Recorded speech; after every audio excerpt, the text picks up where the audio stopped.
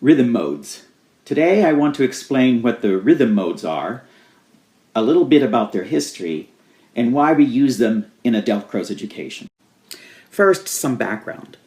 All rhythm in Western music is rooted in the ancient Greek practice of the rhythm modes. These modes, or feet, as poets would call them, grew out of the use of language in literature as promulgated by the Greek masters such as Sophocles, Euripides, and of course Homer. We know that these poets didn't merely recite their work, but rather choreographed, dramatized, and sung their poems, including the great epic poems like Homer's Iliad and Odyssey. In other words, in the practice of the ancient Greek artists, poetry, drama, dance, and music are all linked as one complete art form. Therefore, it's easy to link the metrical feet to musical measures, containing short and long lengths of time and space. The long and short lengths, or sounds, are comparable to half and whole notes, or open and closed note heads. Let me recite the following poem by Longfellow as an example. This is the forest primeval, the murmuring pines and the hemlocks. Now you can tell why the Greeks like to put melody with their poems, because it just doesn't make too much sense reciting the poem in rhythm without a melody.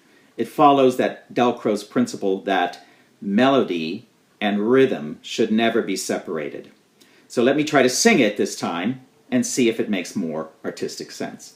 This is the forest primeval, the murmuring pines and the hemlocks. Now let's clarify something and hopefully belay any confusion among the English-speaking Delcrosians. When working in English literature, the system is somewhat different. Rather than using length of sounds grouped into measures, strong and weak sounds are used. Let me recite the Longfellow poem again, but this time as it would be performed with strong and weak sounds. This is the forest primeval, the murmuring pines and the hemlocks, bearded with moss and in garments green, indistinct in the twilight. Stand like druids of old, with voices sad and prophetic. Stand like harpers hoar, with beards that rest on their bosoms. Loud from its rocky caverns, the deep-voiced neighboring ocean speaks, and in accents disconsolate answers the wail of the forest.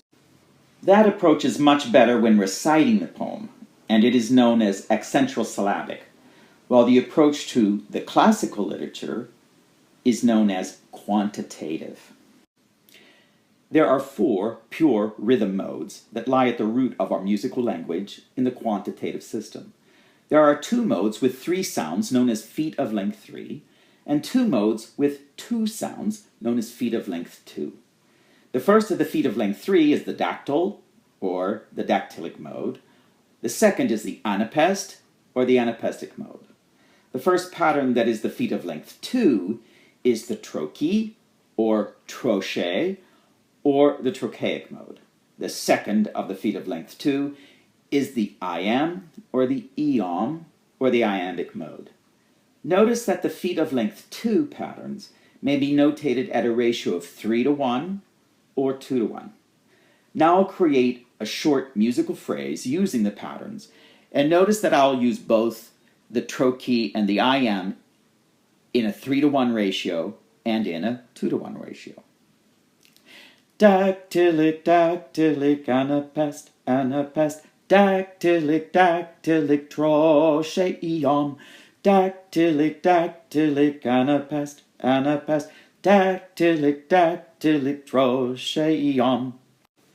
The term dactylic is taken from the Greek word for finger, since each finger has a long bone, followed by 2 short bones.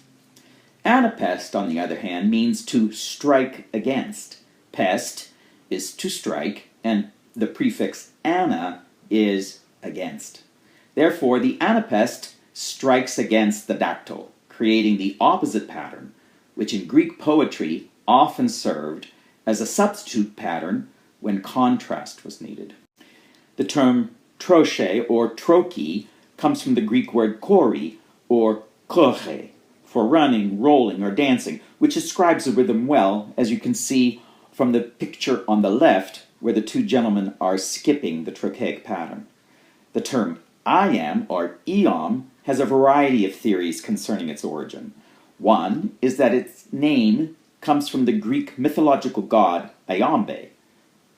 Others say that it originated from a type of poem that was first used in Ionia, a region that existed in present-day Turkey during the 7th century before the Common Era.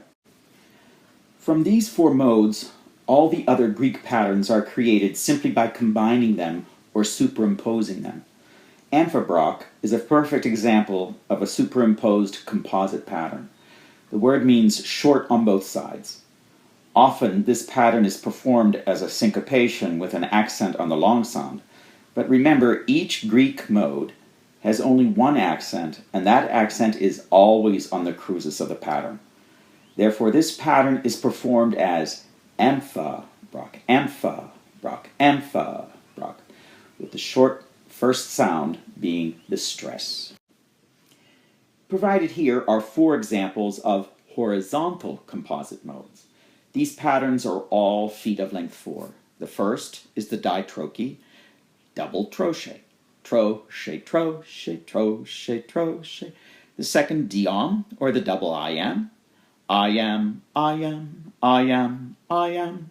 Quadriamb is a mirror image, and it begins with the crochet. Crochet, iamb, crochet, iamb.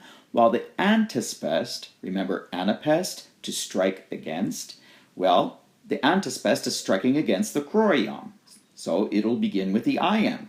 Iamb, crochet, iamb, crochet.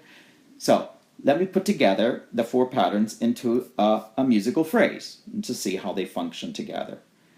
Crochet, crochet, iamb, crochet, crochet, crochet, iamb, crochet, crochet, iamb, crochet, iamb, iamb, iamb, crochet, iamb. Naturally, as Dalcrozians, we know that students must first experience the space that exists inside these patterns and between them. This means that they must first listen to and move with each pattern in a variety of ways, and investigate each pattern in a variety of tempi.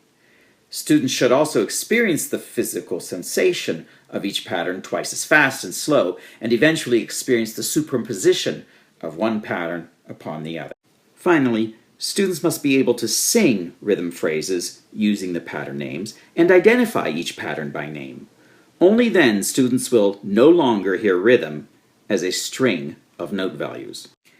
Which brings us to the whole reason for teaching the Greek modes in the first place. First, rhythm modes are a huge part of our music history. They come from the very root of our musical heritage. Second, the use of the modes opens the ears of the listener to hear with renewed awareness, ready to identify rhythm and to notate it easily. Third, the use of the patterns creates an awareness of the importance of rhythm within the phrase and within an entire composition. Fourth, the use of the modes allows the listener to grasp underlying rhythm patterns that exist inherently in all music compositions. Once these patterns are deeply rooted in the body, mind, and spirit of the learner, a new path opens towards vocal and piano improvisation, where repetition and sequence are easily developed, where harmonic rhythm and harmonic progression can more readily grow. For a more in-depth study of the rhythm modes, including the complete historical development and how they became infused into the ancient Roman chants, please reference my latest ebook, Solfège Volume 1. This text is the first in a series called Pursuing a Jacques Dalcroze Education, which will include 3 volumes on solfège, 1 on plastique animé, another on improvisation, and finally another on eurythmics. If you have an Apple product, you can download your copy of this text on iTunes in the iBook store. If, however, you have a Windows product, you can go to jstevenson.cells.com and download a copy of it from that website. Don't hesitate to contact me with any questions about Jacques Dalcroze education anytime. Remember, as a diplômé of the method Jacques Dalcroze, It is my mission, and in fact my responsibility, to assist any musician to pursue their path toward a Jacques Dalcroze education. Thank you for your continued support, and please keep the comments and ideas coming.